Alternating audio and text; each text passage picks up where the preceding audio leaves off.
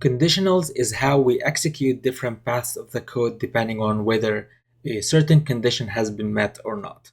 To have conditionals in Python, we use the if keyword followed by whatever that condition is. So in this particular case, let's say if the age is more than 18, and then we put a colon. Now, unlike other programming languages where we usually have brackets to kind of signify or to capture a suite of code or a block of code, in Python, we do that with the indentation. So the white spaces and indentation in Python matter. So after you put your colon and then you go to the next line, make sure that you have at least 2 spaces of indentation in. Here is where I would have something like if the age is more than 18, then this is an adult.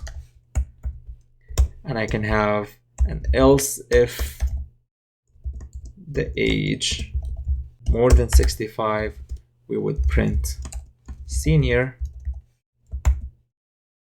And maybe we can add another condition up here where if the age is less than 18, then we print minor.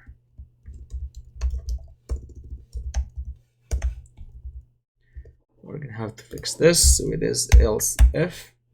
That way all of these are chained in one conditional chain. If we go ahead and execute this code, because the age is 22, then we get adult. If we update this to 12, we get minor. If we update this to 70, we should get, oh, we did not get senior. So what did we do wrong here?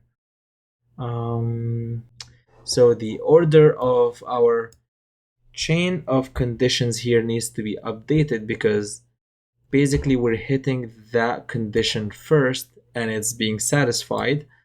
So because 70 is more than 18, we get the adult and we exit the code over there. However, if we do update it where we put this first, now this should work correctly. If I do this, it's senior. Let's test it again. 12 is minor, 23 is adult. So you'll always need to pay attention to the order of your conditions if you are using the else if chains here. Now, if we wanted to add an extra condition here,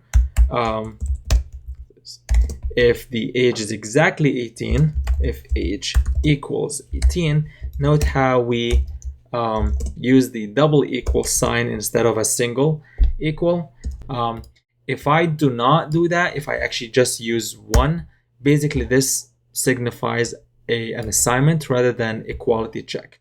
And if I try to execute this snippet of code here, I would get an error that says this is an invalid syntax, and maybe you actually meant to use the double equal instead. Now, this is great because it will actually prevent us from some of the common mistakes that we would do in conditionals in Python.